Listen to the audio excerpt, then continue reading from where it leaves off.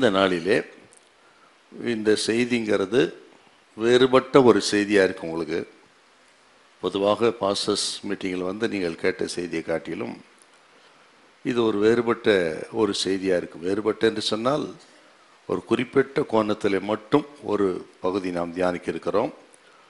அதில் நானும் இயேசுவும், நானும் என் ஆண்டவரும் என்கிற ஒரே சிந்தையில் இந்த செய்தியை நம்ம கேட்க போகிறோம்.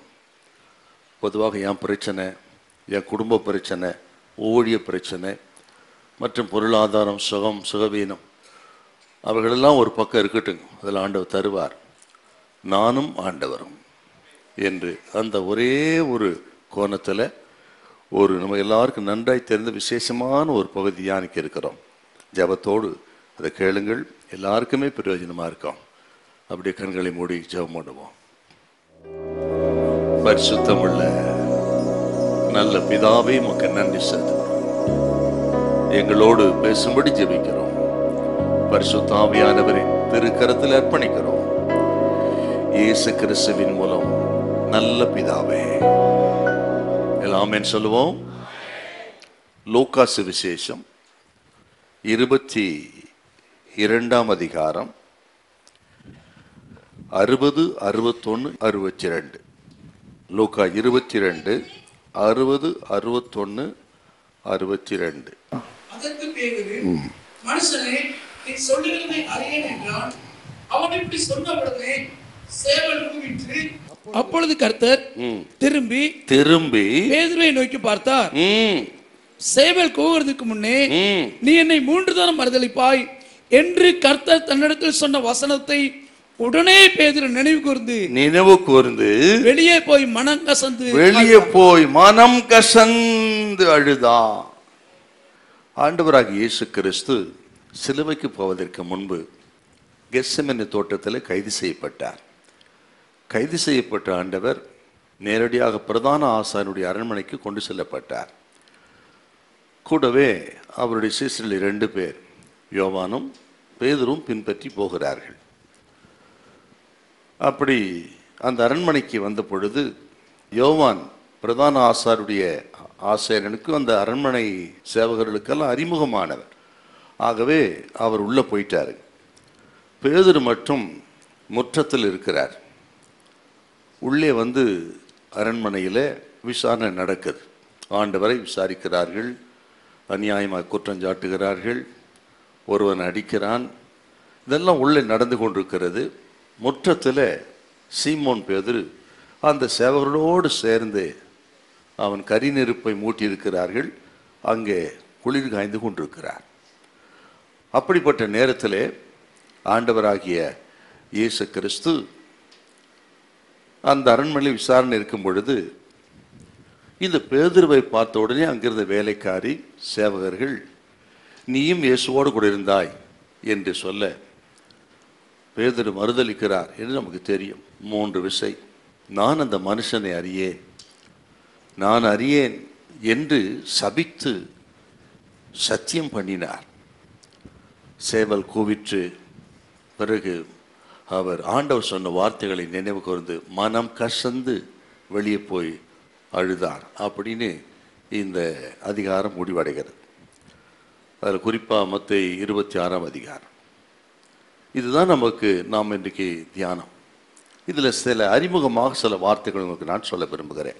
எப்பொழுதுமே ஒரு செய்திக்கு அறிமுகம், இன்ட்ரடக்ஷன் ரொம்ப முக்கியம். எங்கள் திருச்சபையில் சொல்லும் பொழுதும் மற்ற பாஸ்டர்ஸ் ஐக்கியத்தில் அப்படி நான் அது வலியுறுத்தி சொல்லுவேன். எந்த ஒரு செய்திக்கும் அடித்தளமாகிய அறிமுகம் ரொம்ப முக்கியம். அதில் எந்த அளவுக்கு நம்ம கவனத்தை செலுத்துகிறோமோ அந்த அளவுக்கு நமக்கு செய்தி எளிதாக புரியும். இப்பொழுதும் இந்த பகுதி நம்மை கவனித்தால், பேதுரு மறுதலித்தார் என்ற இந்த பகுதியை கவனித்து பார்த்தால் இதில் அறிமுகத்தில் சில வார்த்தைகள் என்னென்னா, பேதுரு அவருடைய வீழ்ச்சி பயங்கரமானது. 3 வருஷம் ஆண்டவரோடு கூட இருந்தவர், உண்டு உறங்கி அற்புதங்களெல்லாம் கண்ட ஆண்டவரால் பிரதான சீஷன் என்று அடையாளப்படுத்தப்பட்ட இந்த சீமோன் பேதுருடைய இந்த மறுதலிப்பு வீழ்ச்சிங்கிறது பயங்கரமானது. திரும்ப திரும்ப அந்த மனுஷனை நான் அறியேன் என்று சபித்தார், சத்தியம் பண்ணினார்னு நம்ம பார்க்குறோம். ஆகவே சொன்னேன், இந்த வீழ்ச்சி சீமோன் பேதுருக்கு பயங்கரமானது, மிகவும் பயங்கரமானது, மோசமான ஒரு வீழ்ச்சிங்க.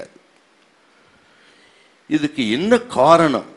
அதுதான் இந்த அறிமுகத்தில் என்ன காரணம். அவர் இப்படி ஆண்டவரை அறியேன் என்று சொன்னதுக்கு அவர் அந்த பயத்தினாலுங்க ஒரு சமய சந்தர்ப்ப சூழ்நிலை பை ஸ்லீப் அப்படிலாம் பண்ணிட்டாரு. அப்படிலாம் நம்ம பேசுகிறோம், இருக்கட்டும், அதில் ஒரு பக்கம். ஆனால் அவரை மறுதலித்துக்கான ஒரு ஆழமான சில காரணங்கள் இருக்காது நம்ம ஊழியத்தில், குடும்ப வாழ்க்கையில். இவங்களெல்லாம் கொஞ்சம் நம்ம நினச்சி பார்க்கணுங்க. அப்படி என்ன அவர் மறுதலித்ததுக்கு என்ன முக்கியமான 3 காரணம்னு பார்த்தீங்கன்னா, முதல் காரணம் தன்னம்பிக்கை, செல்ஃப் கான்ஃபிடென்ஸ், தன்னம்பிக்கை. மத்தேயு சுவிசேஷம் 26ஆம் அதிகாரம் 33வது வசனமும் 35வது வசனம். மத்தேயு 26, 33, 35. பேதுரு அவருக்கு பிரயுத்தரமாக, உமது நிமித்தம் எல்லாரும் இடரடைந்தாலும் நான் ஒரு காலம் இடரடையேன் என்றான். எல்லாரும் இடரல் அடைந்தாலும் நான் ஒரு காலம் இடரடைய மாட்டேன். இயேசு அவனை நோக்கி, நீ இந்த ராத்திரியிலே சேவல் கூவுகிறதற்கு முன்னே நீ என்னை 3 தரம் மறுதலிப்பா என்று மெய்யாகவே உனக்கு சொல்லுகிறேன் என்றார். அதற்கு என்ன சொல்றாருங்க அவர்? அதற்கு பேதுரு, நான் உம்மோட மரிக்க வேண்டியதா இருந்தாலும் உம்மை மறுதலிக்க மாட்டேன் என்றார். உம்மை நான் மறுதலிக்க மாட்டேன். இன்னும் 2 சுவிசேஷங்களை பார்த்தீங்கன்னா, காவலிலும் சாவிலும் உம்மை பின்பற்றி வருவேன், என்னை சிறையில் போட்டாலும் சரி உம்மை விட மாட்டேன், செத்தாலும் சரி உம்மை விட்டு விலக மாட்டேன் என்று ஆண்டவரிடத்திலே சொன்ன பேதுரு. என்று சொன்னால் எது நிமித்தம் சொல்றாருன்னா, அதுக்கு தான் சொன்ன தன்னம்பிக்கை, செல்ஃப் கான்ஃபிடென்ஸ். உலகத்தில் தான் சொல்லுவாங்க, தன்னம்பிக்கை உள்ளவனா இருப்பா, உனக்கு தன்னம்பிக்கையே கிடையாது என்று சொல்லுவார். ஊழியத்திலே நமக்கு தன்னம்பிக்கை அல்ல, தேவன் மேல் வைக்கிற நம்பிக்கை. அல்லேலூயா. தேவன் மேல் வைக்கிற நம்பிக்கை தான் வெற்றியை கொண்டு வரும் நமக்கு. தன்னம்பிக்கை உள்ளவர்கள் வேதத்திலே தோற்று போயிருக்கிறார். அது யாரா இருந்தாலும் சரி, அது நிம்ரோத்தா இருக்கட்டும், நேபுகாத்து நேச்சாரா இருக்கட்டும், நான் என் மகிமை பிரதாபத்துக்கென்று நான் கட்டின மகா பாபிலோன் அல்லவா என்று சொல்லி வீழ்ந்து போனான் நேபுகாத்து நேச்சார். இப்படி தன்னம்பிக்கை உள்ளவர்கள் வீழ்ந்து போயிருக்கிறார்கள். அதே நேரத்தில் தேவன் மேல் நம்பிக்கை வைத்தவர்கள் தான் வெற்றி பெற்றிருக்கிறார்கள். ஹல்லேலூயா. ஆகவே தன்னம்பிக்கை உள்ளவர்கள் தங்கள் சுயத்தை சார்ந்து கொண்டவர்கள், அவர்கள் ஆண்டவரை சார்ந்து கொள்ள முடியாது. என் பலன், என் ஞானம், என் சாமர்த்தியம், என் அனுபவம், என் படிப்பு, இத்தனை வருஷம் ஊழியத்தில் எனக்கு அனுபவம் இருக்கிறது, இவ்வளோ எனக்கு தெரியும் என்று, அல்லது என்னுடைய பேக்ரவுண்ட் என்று நம்மை சார்ந்து கொண்டால் தேவனை சார்ந்து கொள்ள முடியாது. அவருடைய கிருபையை, இரக்கத்தை சார்ந்து கொள்ள முடியாது. அவர்கள் நிச்சயமாய் வெற்றி பெற முடியாது. ஆகவே எந்த சூழ்நிலை இருக்கட்டுங்க, தன்னம்பிக்கை அல்ல, தேவன் மேல் வைக்கிற நம்பிக்கை. ஹல்லேலூயா. இல்லை அப்படியே கையை போய் சொல்லுங்களேன். பேதுருக்கு இந்த வீழ்ச்சி எங்க ஆரம்பிக்குதுன்னு பார்த்தீங்கன்னா, ஒரு வார்த்தை இருக்குதுங்க. மார்க்கு சுவிசேஷம் 14ஆம் அதிகாரம் 54 கொஞ்சம் வாசிங்களேன். மார்க்கு சுவிசேஷம் 14:54. பேதுரு தூரத்திலே அவருக்கு பின் சென்று, பேதுரு தூரத்திலே பின் சென்றான். இந்த வார்த்தை நம்ம அண்டர்லைன் பண்ணணுங்க. எங்க ஸ்டார்ட் ஆகுதுங்க அந்த வீழ்ச்சி, வீழ்கை? அவன் தூரத்திலே, இதுவரை இயேசுவோடு கூட நடந்தவர், இப்பொழுது வேதம் ரொம்ப அழகா சொல்லுகிறது, தூரத்திலே பின் சென்றார். அப்புறம் சேவகரோடு நின்றார், அப்புறம் சேவகரோடு உட்கார்ந்தார், அப்புறம் விழுந்தே போனார். இப்போ இந்த வீழ்கை எங்க ஸ்டார்ட் ஆகுதுன்னு பார்த்தீங்கன்னா, தூரத்திலே நின்று. பார்த்தீங்களா? ஒரு பக்தன் இப்படி சொல்றாருங்க. ஜான் மக்கார்த்தார் என்கிற ஒரு வேத பண்டிதர், அவர் என்ன சொல்றாருன்னா, தேவனை விட்டு தூரமாய் நடக்கும் பொழுதுதான் ஆவிக்குரிய மரணமே நமக்கு நடக்குது அப்படி சொல்றார். அருமையான கருத்தான வார்த்தைங்க அது. என்னைக்கு தேவனை விட்டு தூரமாய் நடக்க ஆரம்பிக்கிறோமோ அன்றைக்கு ஆவிக்குரிய மரணம், ஸ்பிரிச்சுவல் டெத் ஆவிக்குரிய மரணம் உண்டாகிறது. இதெல்லாம் கவனிக்க வேண்டிய வார்த்தைங்க. உண்மைதான். இளையகுமாரன் தூர தேசத்துக்கு போனான் தகப்பனை விட்டு. அவன் திரும்பி வரும்பொழுது தகப்பன் சொன்ன வார்த்தை என்ன தெரியல? இவன் மரித்தான், மறுபடியும் உயிர்த்தான். அவன் உயிரோடு தான் இருக்கிறாங்க, ஆனால் தகப்பன் மரித்தான். Spiritual death. ஏன்? தூர தேசத்துக்கு. ஆகவே தான் அந்த பக்தன் சொல்றாருங்க, என்றைக்கு நாம் தேவனை விட்டு தூரமாய் நடக்கிறோமோ அன்றைக்கு ஆவிக்குரிய மரணம் ஏற்படுகிறது. அங்கேதான் வீழ்கை நமக்கு ஆரம். ஆகவே நம்ம பைபிளை படிக்கிறோம், பிரசங்கம் பண்றோம், ஆராதனை நடத்துறோம், ஊழியங்களை செய்கிறோம், ரொம்ப சந்தோஷங்க. ஆனால் ஆண்டவருக்கு நமக்கும் அந்த உறவு எவ்வளவு தூரம் இருக்குங்க, அதை பார்க்கணுங்க நம்ம. அதன் விளைவு இப்போ நான் அவரை அறியேன் என்று சொல்லி சபித்து சத்தியம் பண்ணார்னா ஆண்டவருக்கு அவருக்கும் என்ன அர்த்தங்க? நான் அவரை அறியேன் என்று சொன்னால் அவருக்கும் எனக்கும் சம்பந்தம் இல்லை, இயேசுவுக்கு எனக்கு சம்பந்தம் இல்லை. அங்க ஆரம்பிச்சது தூரத்தில் நடந்தார்னு அங்க ஆரம்பித்த அந்த இடைவெளி பெருசாகி இப்போ அவருக்கு எனக்கு சம்பந்தமே இல்லைன்னு ஆயிடுச்சு பாருங்க. ஆகவே தான் ஆண்டவரோடு அந்த உறவை நம்ம எப்பவுமே நம்ம கடைபிடிக்கணுங்க. அந்த உறவில் ரொம்ப ஆழமா இருக்க இருக்க சோத்திரம் ஊழியம் சிறப்பா இருக்குங்க. உங்க குடும்ப வாழ்க்கை சிறப்பா இருக்கும். ஆண்டவரோடு எந்த அளவுக்கு நீ ஆழமா இருக்கீங்களோ அந்த அளவுக்கு தான் ஊழியத்தின் வளர்ச்சி. அனுபவிச்சவங்களுக்கு தெரியும். நான் எல்லாருக்கும் சொல்றது உண்டு, குறிப்பாக உடன் ஊழியர்களுக்கு நான் சொல்றது உண்டு, இயேசுவோடு எந்த அளவுக்கு ஆழமான உறவு இருக்குதோ அந்த அளவுக்கு தாங்க நமது ஊழியம். அதான் யோவான் 15 அதிகாரம் இல்லைங்களா? செடிக்கும் கொடிக்கும் உறவு, கனி, அதிக கனி, மிகுந்த கனி. எப்படி வருது? அந்த உறவு தாங்க. ஆகவே தனிப்பட்ட வாழ்க்கையிலே ஆண்டவரோடு நமக்கு இருக்க அந்த ஆழமான உறவை வைத்துத்தான் நம்ம ஊழியம் இருக்கிறது, நமது குடும்பமும் இருக்கிறது. ஆகவே இதை மனசுல வைக்கணும். ஆகவே தன்னம்பிக்கை அல்ல, தேவன் மேல் வைத்த நம்பிக்கை. ஹல்லேலூயா.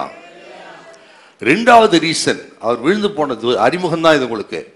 ரெண்டாவது என்னன்னு கேட்டீங்கன்னா, ஆண்டவரின் எச்சரிப்பை அவர் உதாசீனம் பண்ணிட்டாரு. ஆண்டவர் என்ன சொன்னாருங்க? நமக்கு நல்லாவே தெரியும். மத்தேயு சுவிசேஷம் 26:40 வாசி, 40-41 நம்ம எல்லாரும் தெரிஞ்ச பகுதி தான். 26:40-41. பின்பு அவர் சீசரிடத்தில் வந்து அவர்கள் நித்திரை பண்ணுகிறதை கண்டு பேதுருவை நோக்கி, நீங்கள் ஒரு மணி நேரமாவது என்னோட கூட விழித்திருக்க கூடாதா? நீங்கள் சோதனைக்குட்படாதபடிக்கு விழித்திருந்து ஜெபம் பண்ணுங்கள், விழித்திருந்து ஜெபம் பண்ணுங்கள் என்று ஆண்டவர் சொன்ன எச்சரிப்பை உதாசீனம் பண்ணிட்டாருங்க. அவர் ஏன் அப்படி சொல்றாருன்னா, சாத்தான் வாசல் வரை வந்துட்டான், சீமோனே கவனமாரு, முன்னமே சொல்லிட்டாருங்க. நீங்க அதே லூக்கா 22:30-31 நமக்கு நல்லாவே தெரியும். சீமோனே, சாத்தான் உன்னை சுலக்கினால் புடைக்கிறது புடைக்கும்படி உத்தரவு கேட்டுக்கொண்டான், நானோ உன் விசுவாசம் ஒடிந்து போகாதபடிக்கு நான் வேண்டிக் கொண்டேன், நீ குணப்பட்ட பின்பு சகோதரை ஸ்திரப்படுத்த அப்படின்னு அங்கேயே எச்சரிப்பு கொடுத்துட்டாருங்க. இப்போ கெத்செமனே தோட்டத்தில் கைது செய்யப்பட்டு இப்போ முற்றத்தூர்ல வந்துட்டார் இவரு. இயேசுநாதர் கைது செய்யப்பட்டார், பேதுருங்க வந்துட்டாருங்க. இப்போ வாசல் வரை வந்துட்டான். விழித்திருந்து ஜெபம் பண்ணு என்று சொன்ன எச்சரிப்பின் சத்தத்தை கேட்காததின் விளைவு இந்த வீழ்ச்சிங்க. ஆமே.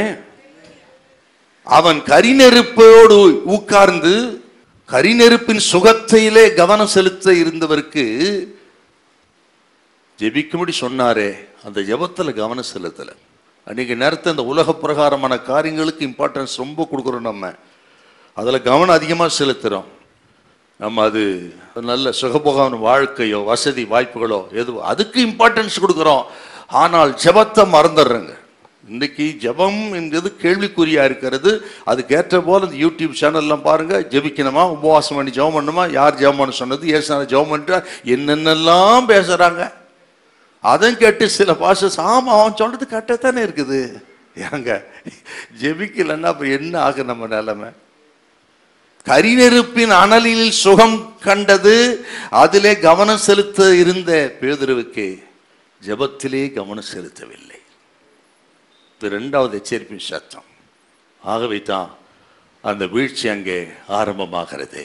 ஆகவே நம்ம ஜெபிக்கிறோம், உபவாசம் பண்ணுறோம், அதெல்லாம் நமக்கு சொல்லணும்னு அவசியம் இல்லை பாசமார்களுக்கு. ஆனால் தயவு செய்து தொடர்ந்து ஜெபத்தை விட்டுறாதீங்க. எதுவாக இருக்கட்டும் ஜெபத்தில் வைங்க. ஜெபத்தை கேட்கிறவர், ஜெபத்துக்கு பதில் கொடுக்கிறவர் ஒரு அற்புதத்தை செய்வார். ஹல்லேலூயா. கர்த்தர் அந்த நாளிலே சொல்கிறார், உங்கள் ஜெபம் கேட்கப்படும். ஹல்லேலூயா. நான் சீக்கிரத்திலே உங்களுக்கு நான் நீதி செய்வேன். ஆண்டவர் சொன்ன வார்த்தை. ஜெபித்து கொண்டு அருமையான சகோதரியே, அருமையான பாசஸ், கர்த்தர் சொல்ற சீக்கிரத்திலே அவர் உங்களுக்கு நீதி செய்வார். சீக்கிரத்தை ஜெபத்துக்கு பதில் கொடுப்பார். உங்கள் ஜெபம் ஒரு நாள் வீணா போறதல்ல. ஆக தொடர்ந்து ஜெபியுங்கள், ஜெபத்தில் தரித்திருங்கள், ஒரு அற்புதத்தை கர்த்தர் செய்வார். ஹல்லேலூயா. இப்போ ரெண்டாவது விழுந்தது காரணம் ஜெபத்தை குறித்த எச்சரிப்பு விட்டுட்டாரு. ஆகவே தான் அந்த வீழ்ச்சி ஆரம்பமாகுது. விளைவு பாருங்க, சீமோன் பேதுருடைய வந்த புயல், அந்த புயலில் சிக்கி சீமோன் பேதுரும் படகு சுக்குநூறாய் உடைந்து எஜமானனையே மறுதளிச்சிட்டாரே. இப்போ ஜெபத்தை அலட்சியம் பண்ணி நான் வரப்போற புயல் சூறாவளிக்கு சிக்கி செதஞ்சிருவோம். ஆகவே ஒருவேளை ஜெபத்தை விட்டு இருந்தா மறுபடியும் ஜெபத்தை தொடங்குங்க, உங்கள் காரியங்கள் ஜெயமா இருக்கு. ஹல்லேலூயா. மூணாவது ஒரு எச்சரிப்பு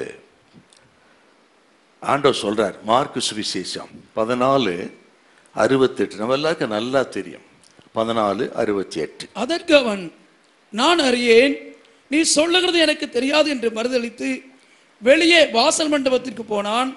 அப்பொழுது சேவல் கூவிற்று. சேவல் கூவிற்று. ஆண்டவர் சொல்லியிருக்கார் முன்கூட்டியே. சேவல் கூவதற்கு முன்னமே நீ 3 தடவை என்ன மறுதளிப்பான்னு சொன்னார் பாருங்க. அப்ப இந்த சேவல் கூவினது மூணாவது ஒரு எச்சரிப்பின் சத்தம். சேவல் கூவினதுன்னு சொன்னால் ஆண்டவர் சொன்ன அந்த சத்தம். நீ என்னை 3 தடவை மறுதளிப்பான்னு சொன்னாரே. உடனே அவர் இதை கேட்டு அந்த இடத்த விட்டு வெளியே போயிருக்கணுங்க. ஆனால் 2 விசை சேவல் கூவினது. அவர் காது இருந்தது அவருக்கு, ஆனா செவியே சாய்க்கல. அவர் 3வது விஷயம் தான் உணர்ந்து வெளியே போறாரு. என்றால் சேவல் கூவினு சொன்னால் கர்த்தருடைய வார்த்தை. ஆண்டவர் தான் சொன்ன சேவல் கூன்னு சொன்னாரு, ஜாக்கிரதையாயிருன்னு. என்றால் கர்த்தருடைய வார்த்தை அசட்டை நாம் செய்வோம் என்று சொன்னார். அங்க வீழ்ச்சி ஆரம்பமாயிரும். ஆகவே நம்ம நினைக்கலாம், எனக்கு தெரியாத வசனமா, எனக்கு தெரியாத செய்தியா, எத்தனை வருஷம் எனக்கு அனுபவம் இருக்கட்டுங்க, நல்லது தான். ஆனால் ஆண்டவர் பாருங்க, அவரே எல்லாம், அவரே வார்த்தையாகிய தெய்வம் இல்லைங்களா? வார்த்தை மாம்சமாகி இந்த உலகத்துக்கு வந்த வார்த்தை தெய்வம். அவரே நாசரேத்துடைய அந்த ஜெபாலயத்தில் முதல் பிரசங்கம் நாசரேத்து ஜெபாலயத்தில் பண்றாரு. அப்படி பண்ணும்போது என்ன நடக்குது பாருங்க. நம்மெல்லாம் வேதத்தை கொண்டு வரதில்லை, அப்புறம் எல்லாத்தையும் மொபைல்லே வச்சு பார்த்துடுறோம். மொபைலில் பைபிள் மட்டும்தான் இருக்குது, எல்லாமே இருக்குது. ஆக அதையும் வச்சுட்டு இருக்கிறோம். நீங்கள் யார் யூஸ் பண்ணி தெரியாது எனக்குங்க, அது உங்கள் விருப்பம். ஆனால் சொல்ல வேண்டியது என் கடமை. பிரசங்கம் பண்ணும் பொழுது வேதத்தை கொண்டு போவாங்க, வேதத்தை திறந்து அதை வாசித்து அதை வியாக்கியானம் பண்ணுங்க. பிறகு தனிப்பட்ட நேரங்களில் மொபைலில் வச்சு யூஸ் பண்ணுங்க. ஆனால் வேதத்தை கொண்டு போகணும். நீங்கள் லூக்கா 4ஆம் அதிகாரத்தை வாசித்து பாருங்க. நீங்கள் ஆண்டவராக இயேசு கிறிஸ்து அந்த நாசரேத்து ஜெபாலயத்தில் நின்று பிரசங்கம் பண்ணும் பொழுது அவர் புத்தக சுருளை வாங்கி அதை விரித்து அவருக்குரிய அந்த தீர்க்க தரிசனத்தை வாசித்து விட்டு மடித்து பணிவிடைக்காரன் கரத்தில் கொடுத்து அமர்ந்தார். இருக்குதா இல்லையா உங்களுக்கு? அவரே வார்த்தையாகி தெய்வம். அவரே புஸ்தக சுருள் வாங்கவும் அதை விரித்து வாசித்து வியாக்கியானம் பண்றாருன்னா நம்ம ஏமாத்துறங்க. ஆகவே நீங்க பரவாயில்ல, நிறைய பேர் எல்லாருமே வேதம் வச்சிருக்கீங்க. சில ஐக்கியத்தை பார்க்க எல்லாம் அந்த நேரம் அந்த லேப்டாப்பை திறக்கிறதும் மொபைலை பார்க்கறதும் இதே கதை. ஒரு ஃபெலோஷிப் போயிருந்துங்க, மொபைல் பார்க்குறேன்னு பார்த்து திறந்து சூடாக வடை வந்துட்டு இருக்குது. குடும்பமாக வடை சகிதமாக சாப்பிட்டுக்கிட்டு கதை பேசிக்கிட்டு வாட்ஸ்அப் பாட்டிருக்கான். எப்படி நாங்கள் உயிரை கொடுத்து பேசிகிட்டு இருக்கேன். அதனால தான் மொபைல் விடுங்க. பாசையா ரொம்ப நல்லா சொன்னார், அது தொல்லை பேசி. அல்லேலூயா. ஆகவே வேதத்தை அசட்டை பண்ணாது. வேத வாக்கியங்கள் எழுதி கொடுத்தேன், அந்நிய காரியமாக எண்ணினார்கள். நீ வேதத்தை மறந்தால் உன் பிள்ளைகளை நான் மறந்து விடுவேன். ஆக வேதத்தை அசட்டை பண்ணுவது நமது வீழ்ச்சியின் 3வது அடையாளம். சீமோன் பேதுரு கர்த்தர் சொன்ன வார்த்தையை அவர் அசட்டை பண்ணிட்டார். 2 முறை சேவல் கூவியும் இடத்தை விட்டு வெளியேறல. பார்த்தீங்களா? ஆகவே இன்றைக்கு ஆண்டவர் சொல்லுகிறார், இந்த 3 எச்சரிப்பின் சத்தம் ரொம்ப முக்கியம் நமக்கு. தன்னம்பிக்கை அல்ல, தேவன் மேல் வைத்த நம்பிக்கை. 2வது ஜெப வாழ்வு, 3வது கர்த்தருடைய வார்த்தை.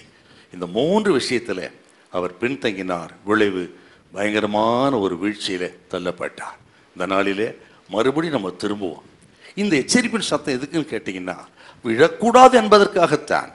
ஆண்டவர் எப்பவுமே நமது வாழ்க்கையில ஊழியத்தில் எச்சரிப்பின் சத்தம் கொடுக்காம அவர் எந்த நியாய தீர்ப்பு அனுப்ப மாட்டாருங்க, வீழ்ச்சிக்கு அனுபவிக்கவே மாட்டாருங்க. நியாய தீர்ப்பு வருகிறது சொன்னால், சில வீழ்ச்சியை அனுமதிக்கிறான்னு சொன்னால், நிச்சயமா அநேக எச்சரிப்பை சொல்லியிருப்பாருங்க அவரு. அந்த எச்சரிப்பெல்லாம் நம்ம அல்லத்தட்டி அதை அலட்சியப்படுத்தின விளைவுத்தான் நமது வாழ்க்கையில வீழ்ச்சி. சில வீழ்ச்சி நேரம் தெரியும், அநேக நேரங்களில் வீழ்ச்சி நம்ம விழுந்து போயிருப்பது யாருக்கும் தெரியாது, ஆண்டவருக்கு நமக்கு மட்டும்தான் தெரியும். ஆக இது இப்படி பல விதங்கள் இருக்கிறது. சிம்சோனுக்கு ஒரு எச்சரிப்பின் சத்தம், நீ போகாத, அந்நிய ஸ்திரீ தேடாது என்று சொல்லி. முதல் விஷயம் ஒரு எச்சரிப்பின் சத்தம், பாலசிங்க வந்தது, அது ஒரு எச்சரிப்பின் சத்தம், அதையும் மீறி போனான். 2வது சத்தம், அவன் ஒரு அந்நிய ஸ்திரீ விவாகம் பண்ணினான். விவாகம் பண்ணி வந்த பிறகு அவளை வேறொருவனுக்கு கொடுத்து விட்டான் தகப்பன், அது 2வது எச்சரிப்பின் சத்தம். இந்த 2 எச்சரிப்பு சத்தம் கேட்காத விளைவு விழுந்தாருங்க.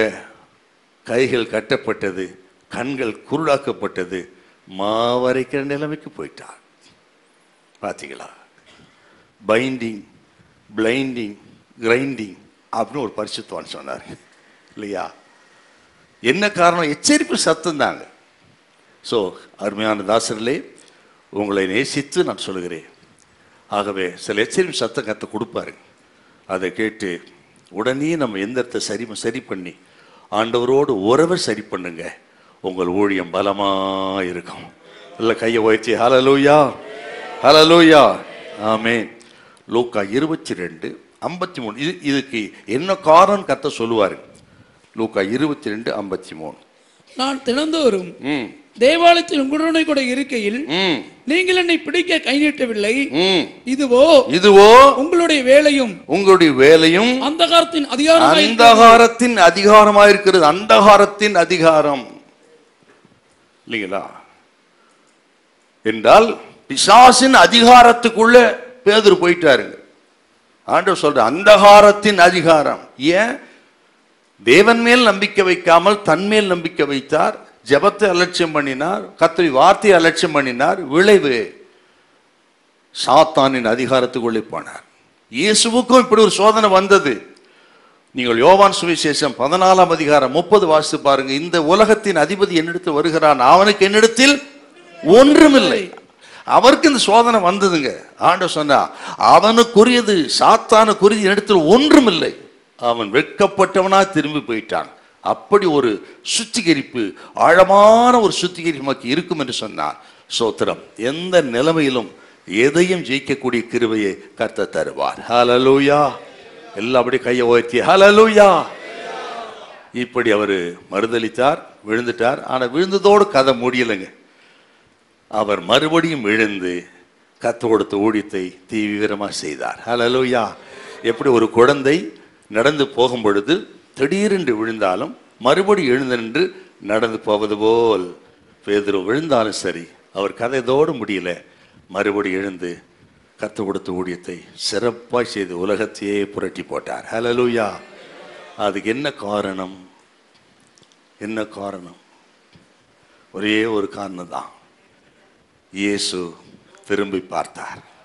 ஹல்லேலூயா. அதுதான் நம்ம வாசிக்க வேண்டிய அற்புதமான, மறுபடியும் வாசிக்க பார்க்கலாம். சோத்திரம். லூக்கா 22:61-62. அப்பொழுது கர்த்தர் திரும்பி பேதுருவை நோக்கி பார்த்தார். சேவல் கூவுறதுக்கு முன்னே நீ என்னை 3 தரம் மறுதலிப்பாய் என்று கர்த்தர் தன்னிடத்தில் சொன்ன வசனத்தை உடனே பேதுரு நினைவு கூர்ந்து வெளியே போய் மனம் கசந்து அழுதான். நம்ம நினைக்கிறோம் சேவல் கூவுனது, சேவல் கூண்ட உடனே மனம் திரும்பிட்டாருங்க, உணர்த்தப்பட்டாருங்க. லூக்கா தான் ஒரு முக்கியமான கருத்து இடையில சொல்றாரு. சேவல் கூவினதுனால் அல்ல, சேவல் கூவின அந்த நேரத்திலே ஆண்டவர் திரும்பி பார்த்தாருங்க. இயேசுவின் பார்வைத்தான் பேதுருவை மனம் திரும்புவதற்குள்ளே கொண்டு வந்தது. ஹல்லேலூயா. ஆண்டவரின் பார்வைக்கு அத்தனை ஆழமான வல்லமை இருக்கிறது. நான் விசுவாசிக்கிறேன், இந்த கூட்டத்தில் ஆண்டவரின் பார்வை நம் ஒவ்வொருவரையும் இன்றைக்கு நோக்கி பார்ப்பதாக. நமது தனிப்பட்ட வாழ்க்கையை, அந்தரங்க வாழ்க்கையை, ஜெப ஜீவியத்தை, குடும்ப வாழ்க்கையை, ஊழியத்தை அவர் பார்வை இன்றைக்கு நம்மை உற்று நோக்க போகிறது. ஒரு பெரிய மனம் திரும்புதல் உண்டாக போகிறது. ஒரு பெரிய ஒரு உயிர்மீழ்ச்சி உண்டாக போகிறது. பேதுருவுக்கு மறுவாழ்வு கொடுத்தவர், மறுபடி எடுத்து பயன்படுத்தினவர் உங்களை, உங்கள் குடும்பத்தையும் மினிஸ்ட்ரியும் வல்லமையா எடுத்து பயன்படுத்துவார். இன்று முதல் புதிய ஆரம்பம் உண்டாகும். ஒரு நியூ பிகினிங் உண்டாகும். இயேசுவின் நாமத்தில் ஊழியத்திலும் குடும்ப வாழ்க்கையிலும் தனிப்பட்ட ஜீவியத்திலும் ஒரு புதிய ஆரம்பம் உண்டாவதாக. நான் விசுவாசிக்கிறேன், கிறிஸ்தவ வாழ்க்கை என்பது அநேக ஆரம்பங்களை கொண்டது. இன்றைக்கு ஒரு புதிய ஆரம்பம் உண்டாவதாக. Hallelujah. Praise the lord. Hallelujah. Praise. கவனிங்க, ஆண்டவரின் பார்வை குறித்து தான் இன்னைக்கு நம்ம செய்தி. ஷார்ட்டா ஒரு 3 குறிப்பை நமது தனிப்பட்ட வாழ்க்கை பிரயோஜனமாக இருக்கக்கூடிய வார்த்தைகளை சொல்லி உங்களுடைய ஊழியத்துக்கும் குடும்பத்துக்கும் இது பிரயோஜனமாக இருப்பதாக. ஹல்லேலூயா. எல்லாம் அப்படி கரங்களை உயர்த்தி ஆமென். இயேசு பேதுருவை நோக்கி பார்த்தார். அந்த பார்வை எப்படி இருந்தது? 3 குறிப்பு சுருக்கமாக சொல்கிறேன் பாருங்க. நம்ம எல்லாருக்கும் நல்லா தெரியுது. ஆனால் இன்னைக்கு நம்ம அந்த பார்வை குறித்த ஒரு செய்தி உள்ள போனோம். அவர் எப்படி பார்த்திருப்பாருங்க? எப்படி பார்த்தா அவர் மனங்கஷ்டத்தை அழுதுருக்கணும். அப்படி அழுத பிறகு என்ன நடந்தது? எப்பொழுது பார்த்தார்? எப்படி பார்த்தார்? பார்த்த பிறகு பேதுருக்கு என்ன நடந்தது? அவ்வளவுதாங்க செய்தி. ஆமென். முதல்ல அவர் எப்பொழுது பார்த்தார்? நீங்கள் லூக்கா 22, இதே அந்த 3 வருஷத்திலே தான், 22, 61. அப்பொழுது கர்த்தர் திரும்பி பேதுருவை நோக்கி பார்த்தார். அப்பொழுது கர்த்தர் திரும்பி பேதுருவை நோக்கி, அப்பொழுது அந்த வார்த்தை அண்டர்லைன் பண்ண.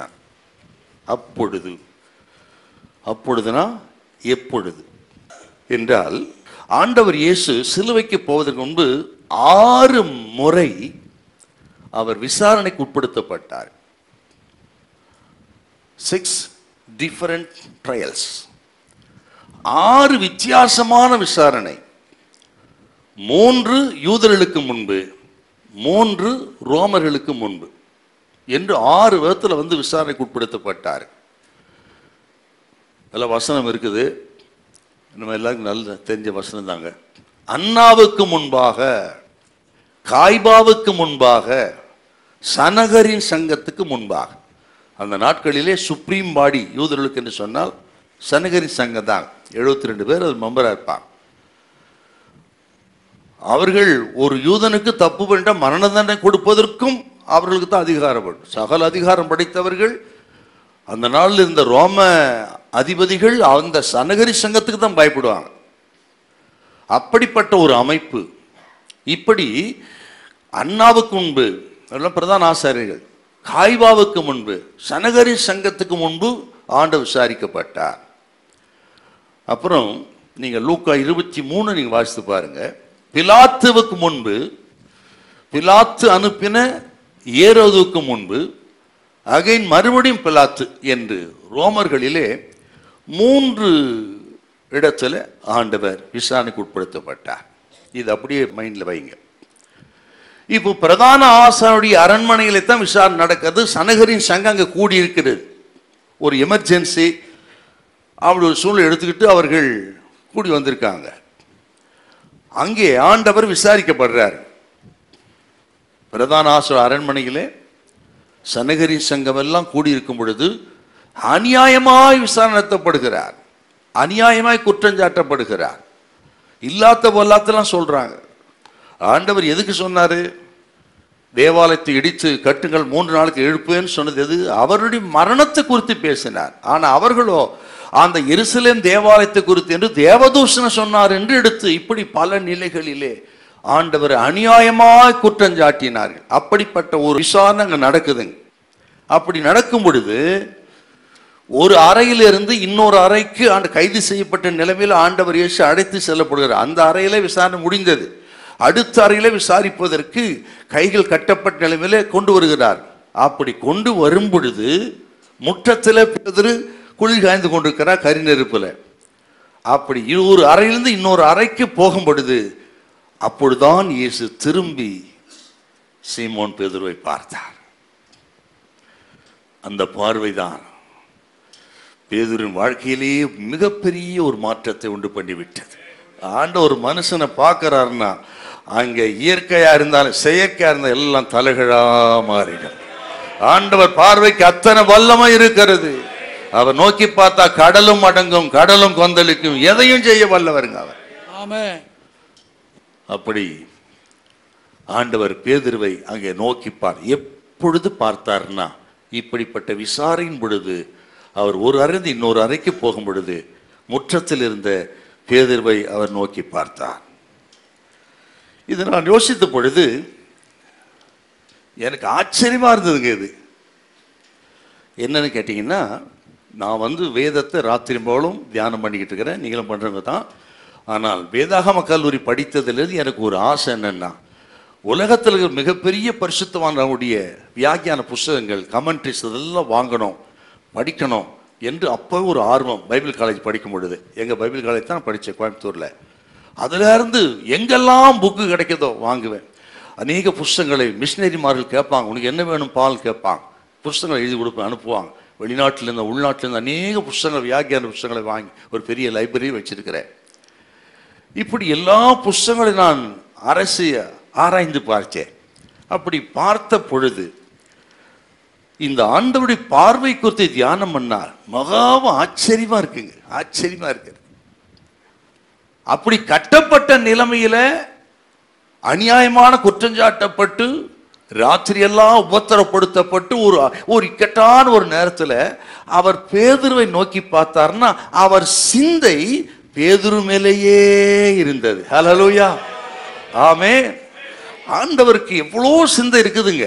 ஆனால் தகுதியை இழந்து விட்ட ஒரு சீசன், பலகீனப்பட்டு விட்ட ஒரு சீசன்,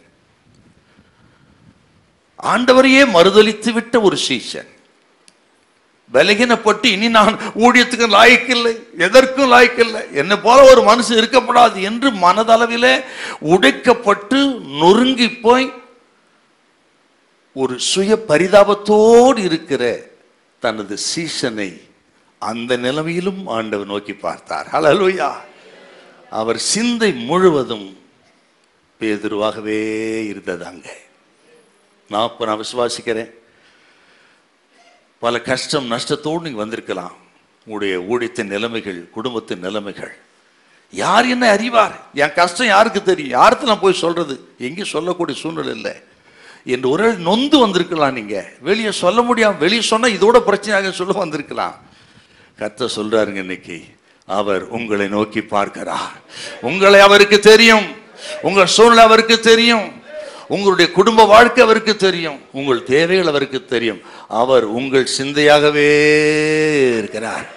ஹல்லேலூயா, ஹல்லேலூயா, ஆமென். அதாங்க உண்மை இல்லையா?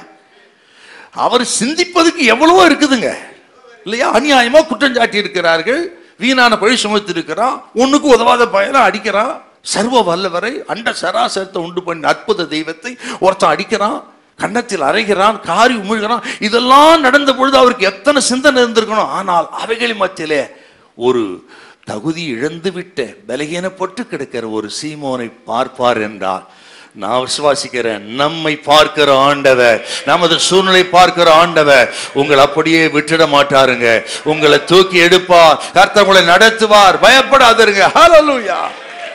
எல்லாம் அப்படியே கைத்தட்டி அட்டாவுக்கு நன்றி சொல்லுங்கள பார்ப்போம். நல்ல கைத்தட்டி, பிரைஸ் தி லார்ட். எஸ் சகோதரியை பயப்படாத. அவர் சிந்தை முழுதும் உங்கள் மேல், உங்கள் குடும்பத்தின் மேல். ஏனென்றால் உங்களை ஊழியத்துக்கு அழைத்த தேவன் எஜமானன் உங்களோடு இருக்கிறார். ஒரு நோக்கத்தோடு அழைத்து அதை நிறைவேற்றுகிற வரை உங்களை விடவே மாட்டாருங்க. ஹல்லேலூயா. எல்லாம் அப்படியே கரங்களை உயர்த்தி ஆமென், பிரைஸ் காட், ஆமென். ஆகவே தன்னுடைய தேவைகள் மேல் சிந்தை இல்லாதபடி தேவையுள்ள தமது சீசன் மேல் அவர் சிந்தை. ஆண்டவருடைய ஊழியத்தை பார்த்தீங்கன்னா, தூஷிக்கும் போது கூட ஆண்டவர் குறித்து என்ன சார் ஸ்டேட்மெண்ட் கொடுக்குறான்? சிலுவையில் ஆண்டவர் தொங்கி கொண்டிருக்கிறார். மற்ற 27 வாசித்து பாருங்க. ஆளாளுக்கு ஒன்று சொல்றான். அதில் ஒரு வார்த்தை ரொம்ப நம்ம யோசிக்க வேண்டிய வார்த்தைங்க.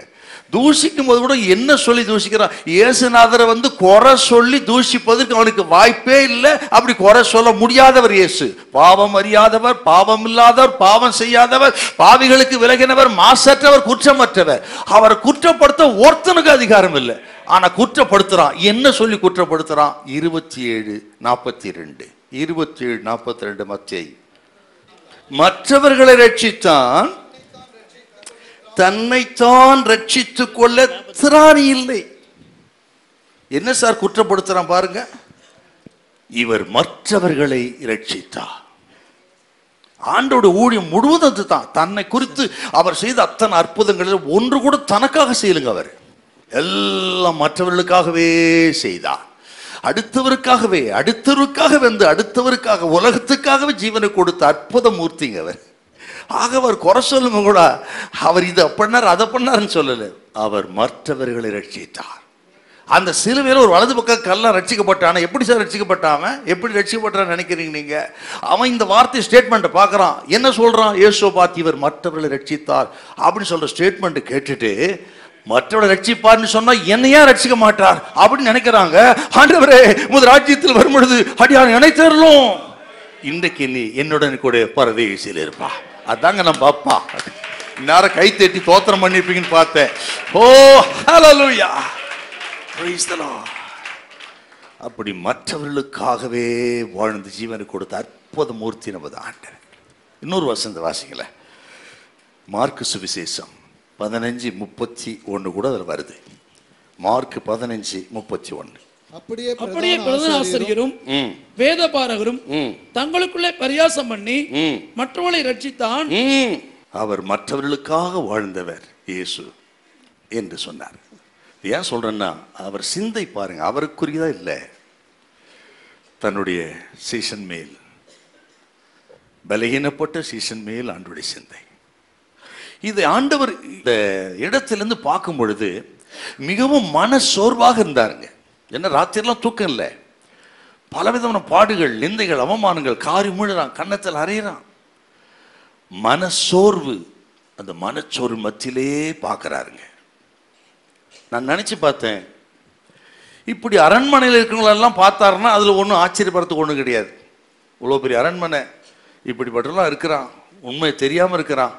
இன்றெல்லாம் கூட அரண்மனையில் உள்ளவர்கள் நோக்கி பார்த்தானா அது ஆச்சரியம் கிடையாது. அட்லீஸ்ட் யோவானை நோக்கி ஏன்னா யோவான் அங்கே இருக்கிறார் அரண்மனையில். நான் ஆரம்பத்தில் சொன்னது போல யோவானை நோக்கி பார்த்தான கூட ஆச்சரியம் இல்லை. ஆனால் தகுதி இழந்த, மறுதளித்து, சத்தியம் பண்ணி சபித்த தனது சீசன் பேதுருவை நோக்கி பார்த்தார். இந்த மனசோர்வான் நிலைமையிலும் அப்படின்னு சொன்னா ஆண்டவரின் ஆழமான ஒரு மனதுருக்கம். ஹல்லேலூயா. அவருடைய மனதுருக்கத்துக்கு அளவே கிடையாது இல்லையா? திரளான ஜனங்களை கண்ட பொழுது இயேசு மனதுருகினார். வியாதியஸ்தர்களை கண்ட பொழுது இயேசு மனதுருகினார். கல்வாரி சிலுவையிலும் பாவிகளுக்காக, பிதாவே இவர்களுக்கு மன்னியும், தாங்கள் செய்கிறது என்னதென்று அறியாதிருக்கிறார்களே என்று மனதுருகினார். அந்த மனதுருக்கத்தின் தெய்வம் விழுந்து போன, பலகீனப்பட்ட தமது சீசனை அந்த மனச்சோறு மத்தியிலும் நோக்கி பார்க்க வைத்தது. எத்தனை ஆண்டோடைய அன்பு சொல்லலாம் நம்ம. இதை நான் வாசித்த பொழுது எனக்கு ஒரு யோசனை வந்தது. இதெல்லாம் பிராக்டிக்கல் தாங்க. உண்மையிலேயே அந்த இடத்துல திரும்பி பார்த்தார் பேதுருவனா, பேதுரு பார்க்காம முகத்தை திருப்பிட்டு போயிருக்கணுங்க ஆண்டவர் இல்லைங்களா? யாரோ ஒருத்தர் ஏதோ சொல்லிட்டாருன்னா நம்ம என்ன பண்றோம், நடுவழியில் வரும்போது அந்த பக்கத்து தெரு வழி போயிடுறோம். அப்படி தானுங்கள? ஃபோனில் உங்க பிடிக்காத செல்ஃபோன் வந்தால் அப்படியே ஒன்றுமே தெரியாதவர் அப்படியே ராங் கால்னு வைக்கிறோம், எடுக்கவே மாட்டுறோம். சார் மறுதளித்து இருக்கிறார் இவரு. அந்த மனுஷனை அறியேன் சபித்து சத்தியம் பண்ணியிருக்கிறார். அப்படிப்பட்ட பேதுருவை பார்க்கும் பொழுது முகத்தை திருப்பிக்கிட்டு போயிருக்கணும் ஐயா. ஆனால் அந்த பேதுருவை மனதிற்கத்தோடு அன்போடு பார்த்தார் என்றார். தமது சீசனை, தமது ஊழியனை, தமது தாசன் மேல் அவருக்கு இருக்கிற மனதுருக்கம், அக்கறை. நீங்கள் பின்வாங்கினாலும் சரி, எல்லாவற்றையும் இழந்து போனாலும் சரி, அவருக்கு அவருடைய விருப்பத்துக்கு ஏற்றது போல ஊழியம் இல்லாமல் தூரமா இருந்தாலும் சரிங்க, கர்த்தர் இன்னைக்கு சொல்றாருங்க, அவர் விருப்பத்துக்கு ஏற்றது போல ஊழியம் இல்லை, ஏதோ சில பலகீனப்பட்டு தூரமா போயிட்டீங்க என்று சொன்னாலும் சரி, கர்த்தர் சொல்றாருங்க, உங்களை நோக்கி பார்க்கிற ஆண்டவர் உங்களோடு கூட இருக்கிறார். அவருடைய மனதுருக்கு உங்கள் மேல் இருக்கிறது, உங்கள் பிள்ளைகள் மேல் இருக்கிறது, உங்கள் ஊழியத்து மேல் இருக்கிறது. கர்த்தர் கடைசி வரை கைவிட மாட்டார். உங்கள் மேல் மனதுருகிற ஆண்டவர். அதாங்க நம்ம ஸ்லாக்கியெல்லாம். நம்ம ஊழியக்காரர்கள் சொன்னா ஏதோ சில தவறுகள் பலகீனம் என்று சொன்னா உதவ மாட்டான் மிதிக்கிற தெய்வம் அல்லங்க. அவர் தூக்கி எடுத்து மறுபடியும் வாழ்க்கை கொடுத்து ஓட வைக்கிற தெய்வம். அப்பாக்கு நல்ல கையை உயர்த்தி ஹல்லேலூயா. ஆமென். அவரது எல்லையற்ற அன்பு. இது நான் யோசித்த பொழுது இனி இப்போ என்ன செய்யணும்? அந்த ஷார்ட் பீரியடுங்க, அந்த ரூம்ல இருந்து இந்த ரூம் போகணும். அங்கதான் பார்க்கிறாருங்க. பார்க்கும் பொழுது இனி ஆண்டவர் என்ன செய்யறது இந்த பேதுருவுக்கு என்று சொன்னால் பேச முடியாது. அங்க பேதுருவே ஏன்பா அப்படி பண்ண கேட்க முடியாதுங்க. பேதுருவே பயப்படாத, நான் பார்த்துக்கிறேன், அதுவும் சொல்ல முடியாது. ஏனென்று கேட்டால் ஆண்டவர் ஏதாகிலும் பேதுருவில் பேசியிருந்தால் அங்க இருக்கிற கொள்ளை கூட்டம், ரிபல்லியஸ் ஸ்பிரிட் உள்ளவன், ஆண்டவர் அடித்து தூஷித்து அநியாயமா குற்றஞ்சாட்டு அந்த கூட்டம் பேதுருவையும் சேர்த்து சிலுவையில் அரைஞ்சிருவான். பேதுருவும் பிடித்து பேதுருவை அவர்கள் எதையும் செய்வார்கள். அது மட்டும் கிடையாது. இப்போதான் கொஞ்ச நேரத்துக்கு முன்னாடி முற்றத்தில் வந்து நீயும் இயேசுவோடு கூட இருந்தாய், அந்த கலீலேயனோடு கூட இருந்தாய், உன் பேச்சு அதுக்கு ஒத்திருக்கிறது என்று சொன்னவன் கன்ஃபார்ம் பண்ணியிருப்பாங்க, உண்மைதான் சொன்னது என்று அங்கிருந்து தப்பிக்கவே முடியாதுங்க. ஆகவே ஆண்டவர் பார்த்துவிட்டு பேசாமல் தான் போனார். பேசியிருந்தால் என்னுடைய தாசனுக்கு சீஷனுக்கு ஆபத்து வரும்னு தெரிஞ்சு அங்கேயும் ஆண்டவர் நிதானமாய் செயல்பட்டார். ஹல்லேலூயா. நான் சொல்றேன், நமது ஆண்டவர் யாருன்னு கேட்டீங்க, சில நேரங்களிலே சில பலகீனங்கள், சில தவறுகள், சில பின்மாற்றங்கள் வந்தாலும் எதிரிகளுக்கு முன்பு நம்ம விட்டு கொடுக்கவே மாட்டார். ஹல்லேலூயா. நாம் விழுந்தே போயிருந்தாலும், பலகீனப்பட்டிருந்தாலும், தவறு செய்திருந்தாலும், தெரிந்து செய்தாலும் தெரியாமல் இருந்தாலும் சரி, எந்த ஒரு எதிரிக்கு முன்பும் சரி, யாருக்கு முன்பும் உங்க பலகீனத்தை சொல்லி உங்களை கேவலப்படுத்தவே மாட்டார். அதை மூடி மறைத்து எங்க பேசணுமோ பேசி மனதுருக்கத்தை காண்பித்து நம்மை உயர்த்தி தூக்கி நிறுத்துகிற தெய்வம் நான் அப்பன் இயேசு. ஹல்லேலூயா. ஆகவே தான் பேசலங்க.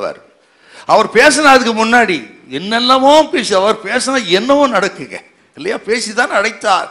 சீமோனே, உன்னை மனுஷன் பிடிக்க, நீ வா பேசினார். கடலில் அமிழ்ந்த பொழுது அற்ப விசுவாசியே ஏன் சந்தேகப்பட்டாய் கேட்டாரு பல இடங்களிலே. ஆனா இப்ப பாருங்க, பேசாதிருந்தா ஏன் என் தாசனுக்கு இதனால் ஒரு கேடு வரக்கூடாது. என்ன ஆண்டவருடைய அன்பு! அந்த பார்வைதான் சீமோன் பேதுரு இருதயத்தை உடைத்து விட்டது. ஆமென். ஏன்பா அப்படி பண்ண என்று கடிந்து கொள்ளவில்லை அந்த இடத்துல, இல்லைங்களா? அட்லீஸ்ட் கடிந்து கொண்டிருக்கலாம், அதுவும் பண்ணல பாருங்க. அவ்வளவு நம்மேல், நம்ம சுகத்தின் மேல், நமது ஊழியத்தின் மேல், நமது நிலைமைகள் மேல் அக்கறை உள்ள தெய்வம் அப்பன் இயேசு. ஹல்லேலூயா. இல்ல கையை உயர்த்தி சொல்லுங்களேன், ஹல்லேலூயா. ஆமென். ஆகவே தான் சொன்னேன், நமது பலகீனத்தை தேவையில்லாமல் யாருக்கு முன்பும் அறிவித்து நம்ம கேவலப்படுத்த மாட்டார். அது மட்டும் இல்ல, அவர் மனதுருக்கத்தை எங்க எப்போ வெளிப்படுத்தணுமோ அங்கே அப்பொழுது வெளிப்படுத்துகிற தெய்வம் நமது ஆண்டவர் இயேசு. எல்லாருடைய கரங்களை உயர்த்தி ஹல்லேலூயா. ஆமென். அந்த ஒரு பார்வை தான் சீமோன் பேதுருவை கலங்கடித்து விட்டது. வெளியே போய் மனம் கசந்து அழுதார். அந்த பார்வைக்கு எத்தனை வல்லம் இருக்குதுங்க. யாத்திரகம் 14ஆம் அதிகாரத்தில் நீங்க வாசித்து பார்த்தீங்கன்னா 24 நினைக்கிறேன். ஆண்டவர் பார்வை எகிப்திய சேனையை கலங்கடித்தது. அந்த பார்வைக்கு அவ்வளவு வல்லம் இருக்குதுங்க.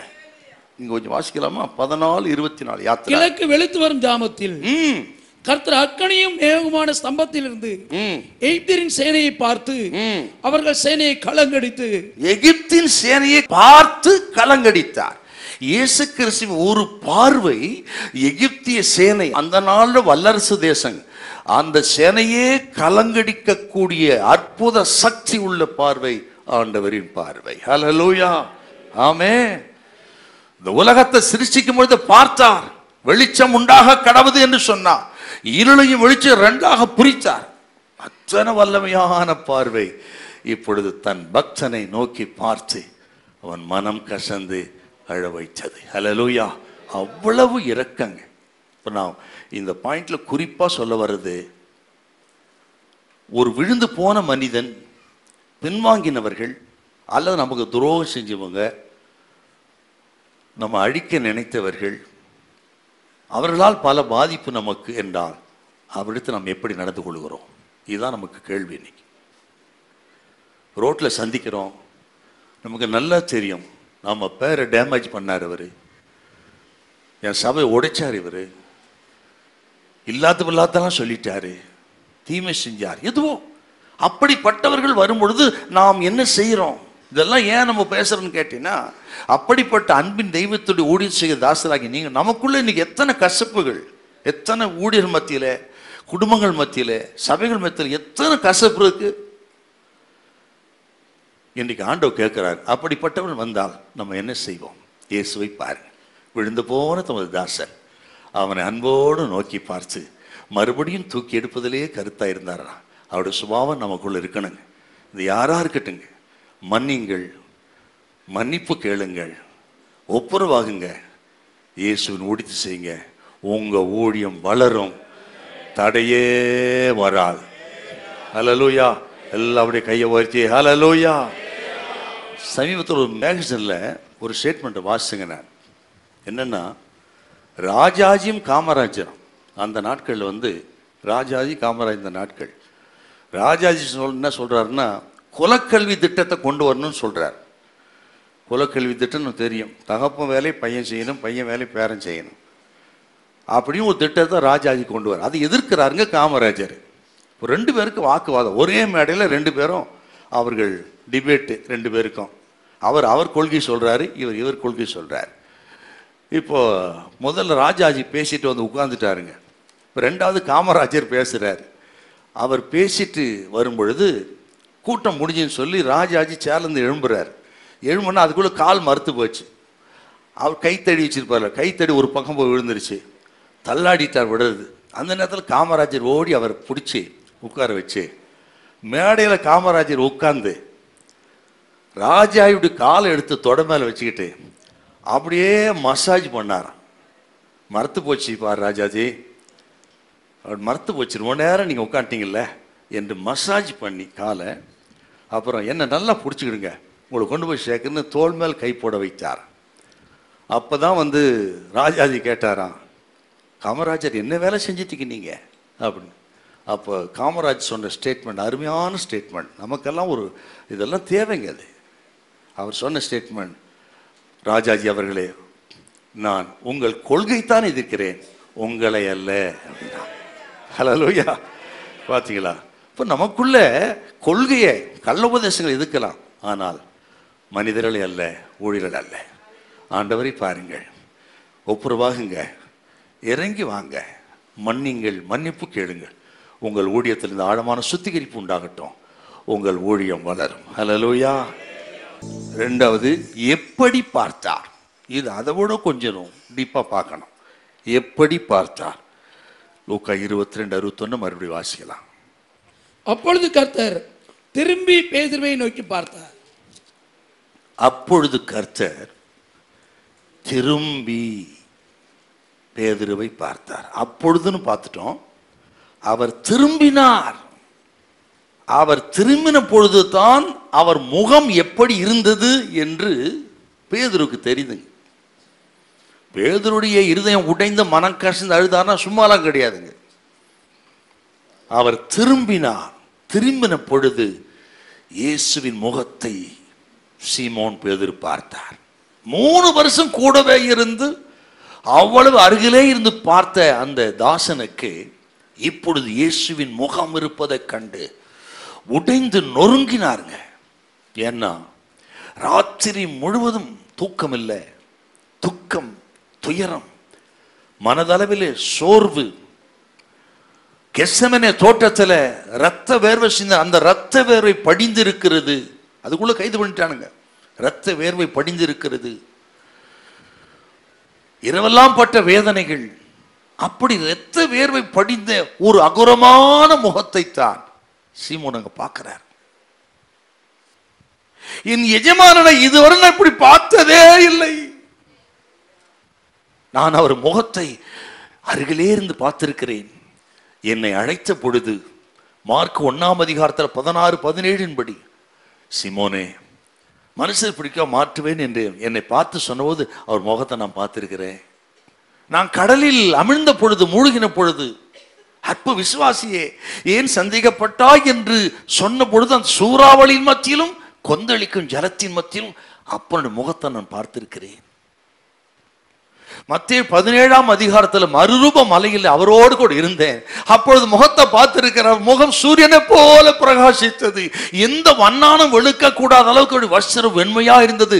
முகம் சூரியனை போல இருந்தது. அந்த முகத்தை நான் பார்த்திருக்கிறேன். ஆனா இப்பொழுதோ இந்த முகம் இரத்த வேர்வை வடிந்து துக்கத்தோடும் துயரத்தோடும் இருக்கிற. இதை போல என் எஜமானுடைய முகத்தை நான் பார்த்ததே இல்லை என்று உள்ளம் உடைந்து, இப்படிப்பட்ட எஜமானனையா நான் மறுதலித்து விட்டேன், எனக்கு மன்னிப்பே கிடையாது, அவர் என்னை மன்னித்தாலும் சரி நான் மன்னிக்க மாட்டேன், நான் என்னை மன்னிக்க மாட்டேன், இப்படிப்பட்ட எஜமானனை நான் மறுதலித்து விட்டேனே என்று உள்ளம் உடைஞ்சார். அதாங்க அங்க நடந்தது. எப்படி பார்த்தார்னு ஒரு முகம். நான் இன்றைக்கு இதில் சில வார்த்தை உங்களுக்கு நான் கொஞ்சம் ஆழமா சொல்ல நான் விரும்புகிறேன். அன்றைக்கு வாயில பேசினாருங்க. அது அடைத்த பொழுதா இருக்கட்டும், கடலின் ஆழத்தில் அமிழ்ந்த பொழுதாகட்டும், ஏன் மருவமலையில் கூட பேசினாருங்க. ஆனால் இப்போ பேச முடியல. பேசினாலும் பிரச்சனை. பார்வையே அவருக்கு பேச்சாய் மாறிவிட்டது. ஹல்லேலூயா. அந்த பார்வையில் தான் எத்தனை ஆயிரம் உணர்வுகள், உணர்ச்சிகள் சீமோனுக்கு. அதுதாங்க அவர் உடைச்சது. அவர் நான் ஏன் இதெல்லாம் சொல்றேன்னா, இப்படி ஆண்டவரோடு ஒரு ஆழமான உறவு ஐக்கியம் வர வர வர அவர் பார்க்கறத உணர முடியும். அவர் உணர்ச்சியை நாம் அறிந்து கொள்ள முடியும். சோத்திரம், அவரோடு நாம் பேச முடியும். ஹல்லேலூயா. அந்த ஆழத்துக்கு நம்ம வரணுங்க. ஒரு சுத்திகரிப்பு இருந்தால் தான் அந்த ஆழத்துக்கு வர முடியும். நீங்கள் உங்கள் வாழ்க்கையிலே ஒரு ஆழமான சுத்திகரிப்பு இருந்தால் தான் இந்த உணர்ச்சியை பார்க்க முடியும். அவர் பார்க்கறதே பேச, பார்வையில் இருக்கிற பேச்சை நீங்க உணர முடியும். அந்த காட்ஸ் பிரசன்ஸ், தேவ சமூகத்தை நம்ம எழுந்துட்டா இதெல்லாம் பார்க்க முடியாது, உணர முடியாது. ஆகவே எதை இழந்தாலும் சரிங்க, நம்ம ஊழியத்தில் தேவ பிரசன்னத்தை மட்டும் நம்ம இழக்கக்கூடாது. இல்லை கையை உயர்த்தி அல்லேலூயா ஆமே. நான் கிருபையாய் நான் சொல்லுகிறேன், கிருபையாய் சொல்லுகிறேன். மினிஸ்ட்ரி இருக்கும், போவேன் வருவேன், அசிஸ்டன்ட் பாஸ்டர்ஸ் எல்லாம் வந்திருக்காங்க, கேட்டு பாருங்க. மற்ற எல்லா நேரமும் முழுக்க முழுக்க பிரேயர் ஹவுஸ் தான். எனக்கு ஒரு கெஸ்ட் ஹவுஸ் ஒன்று வச்சுக்கோ, சர்ச்சு சார்பில், அங்கே தான் இருப்பாங்க. இரவும் பகலும் வேதத்தை தியானம் பண்ணுறது, ஜெபம் பண்ணுறது. அப்பாயின்மெண்ட் இருந்தால் போவேன். மற்ற எல்லா நேரமும் வேதமும் ஜெபமும் அப்பாவோடு உறவாடுறது.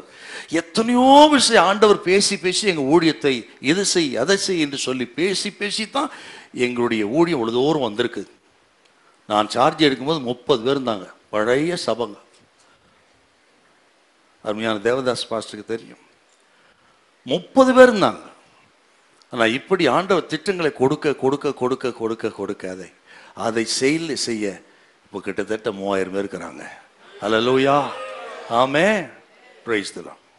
ஏன் சொல்றேன்னா, அப்படிப்பட்ட ஆழமான உறவுக்கு வரணுங்க நம்ம. அப்படி தயவு செய்து அங்கே வீணா அங்கேங்க போகிறது நிறுத்துங்க. அவர் பாதத்தில் இருங்க. காட்ஸ் பிரசன்ஸ் அதிகமாக உணருங்க. அவர் சொல்றது பேசுறதை கேளுங்க. அதன்படி ஊழிச்சு செய்யுங்க.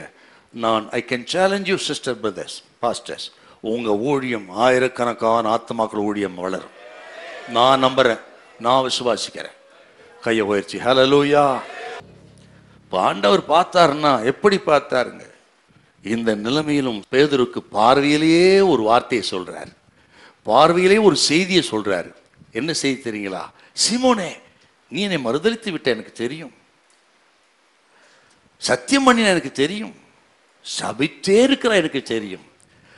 இந்த நிலைமையிலும் நான் உன்னை நேசிக்கிறேன். அதுதான் ஆண்டவருடைய செய்தி. இந்த நிலைமையிலும் நான் உன்னை நேசிக்கிறேன். நீ என்னை மறுதலித்தாலும் சரி, பின்வாங்கினாலும் சரி, அறியேன் என்று சொன்னாலும், சபித்தாலும், சத்தியம் பண்ணினாலும் நான் உன்னை மறக்கவில்லை. நீ என்னால் மறக்கப்படுவதில்லை. உன்னை நான் எப்படி மறப்பேன்? எப்பிராயிமே, உன்னை நான் எப்படி மறப்பேன்? எப்படி உன் ஆத்மாவை போலாக்குவேன்? உன்னை எப்படி மறப்பேன்? நீ என்னால் மறக்கப்படுவதில்லை. உள்ளங்கையிலே உன்னை வரைந்து வைத்திருக்கிறேன். உன் மதிகள் எப்பொழுது எனக்கு முன்பாக இருக்கிறது. ஹல்லேலூயா. கர்த்தர் சொல்றார், இன்னைக்கு உங்கள் பாதுகாப்பு ஆண்டவர் கரத்தில் இருக்கிறது. உங்கள் குடும்பம் ஆண்டவர் கரத்தில் இருக்கிறது. நீங்கள் ஆண்டவர் கரத்தில் இருக்கிறீர்கள். அவர் உங்களை மறப்பதில்லை. நீ என்னால் மறக்கப்படுவதில்லை. நீ வெட்கப்பட்டு போவதில்லை. ஹல்லேலூயா. நீ மறந்திருந்தாலும் சரி, கர்த்தர் சொல்றார், நான் உன்னை மறக்கவில்லை. நான் இந்த நிலைமையில் உன்னை நேசிக்கிறேன் சீமோனே. ஆண்டவர் சொன்ன ஸ்டேட்மெண்ட். நான் என்னுடைய ஆவியில் அதிகமாக உணர்ந்து சொல்லுகிறேன். கர்த்தங்க இருக்க அருமையான சகோதரிகளுக்கு சொல்லுகிறா. சகோதரர் கர்த்தர் சொல்றாருங்க, இந்த நிலைமையிலும் கர்த்தர் சொல்றா, ஜெப வாழ்க்கை போயிருச்சு, பரிசுத்த வாழ்க்கை போயிருச்சு, கர்த்தர் விரும்புவது போல ஊழியம் இல்லை, பல நிலை தூரமா போயிருக்கலாம். இப்பொழுது கர்த்தர் சொல்றார், அவர் உங்களை மறக்கவில்லை. நீ என்னால் மறக்கப்படுவதில்லை. நீ என் தாசன், நீ என்னால் மறக்கப்படுவதில்லை. உன்னை குறித்த திட்டங்கள் எல்லாம் ஏற்ற காத்து நிறைவேற்ற முடியும். திட்டம் வைத்து அது நடக்கும். கைத்தடி தோத்திரம் பண்ணுங்க. ஓ க்ளோரி, ஹல்லேலூயா, ஹல்லேலூயா. ஆண்டவரோடு இந்த ஆழமான இந்த உறவு இருந்துட்டா ஆண்டவர் உணர்த்துவார், பேசுவார். அப்பப்போ சரி பண்ணிட்டோம்னா சோத்திரம், நம்ம ஊழியெல்லாம் ரொம்ப பிரைட்டா இருக்குங்க. ஹல்லேலூயா, பிரைஸ் தி லார்ட். இதெல்லாம் ஒரு தீர்க்க தரிசனங்க. நீங்கள் சங்கீதம் 88:18 ரெஃபரன்ஸுக்கு எனக்கு இதெல்லாம் ரொம்ப சூப்பராக இருக்குது வாசனெல்லாம். சங்கீதம் 88:18 இப்படி நடக்கும்னு இயேசுநாதர் சொல்லியிருந்தாங்க. அதாங்க நடக்குது. சோத்திரம். சகரியா 13:7 அதன்படி மார்க் 14:50 அப்படி நடக்குதுங்க. ஸோ இதெல்லாம் ஒரு தீர்க்க தரிசனம். இப்படி சீமோன் பேதுரு இவங்கெல்லாம் என்னை விட்டு போயிடுவாங்க அப்படின்னு முன்னுக்கிட்டே சொல்லியிருக்காருங்க. தீர்க்க தரிசனமாக சங்கீதத்தில் சொல்லப்பட்டிருக்கிறது. அதுதான் நடக்குது. ஆண்டவர் இந்த பார்வை பேதுருவின் வாழ்க்கையை பெரும் ஒரு மாற்றத்தை கொண்டு வந்தார். வெளியே போய் மனகஷ்டத்தை அழுது சரியாயிட்டார். ஒரு சின்ன விஷயத்தை கவனிக்கணும். இயேசுநாதர் முற்றத்திலே திரும்பி பார்த்த பொழுது பேதுருவும் திரும்பி பார்த்ததுனால தான் இந்த மாற்றம் இல்லைங்களா? இவர் பார்க்காம கரிநெருப்பு சுகத்திலே இருந்திருந்தாருன்னா ஒரு மாற்றம் நடந்திருக்காதுங்க, ஊழியும் இருந்திருக்காது. அப்ப நம்ம கவனிக்க வேண்டியது, இயேசு பார்த்த பொழுது சீமோன் பேதுருவும் இயேசுவை பார்த்தார். ஹல்லேலூயா. இந்த ரெண்டு பார்வை இருக்கணுங்க இல்லைங்களா? அவர் கரிநெருப்பிலே அனல் காய்ந்து கொண்டிருந்தாலும் பார்வையெல்லாம் இயேசு மேல இருந்தது அவருக்கு. ஹல்லேலூயா. 1000 வேலை செஞ்சாலும் சரிங்க, நம்ம பார்வையெல்லாம் ஆண்டவர் பேரில்லை. ஹல்லேலூயா. அவர்கள் அவரை நோக்கி பார்த்து பிரகாசம் அடைந்தார்கள். அவர்கள் முகங்கள் வெட்கப்படவில்லை. அவர் முகத்தை நோக்கி பார்த்த ஒருவர் வெட்கப்பட்டு விட மாட்டார். அவர் திரும்பி பார்க்கும்போது இவர் பார்த்தாருங்க. அங்கதான் மாற்றம் நடக்குது.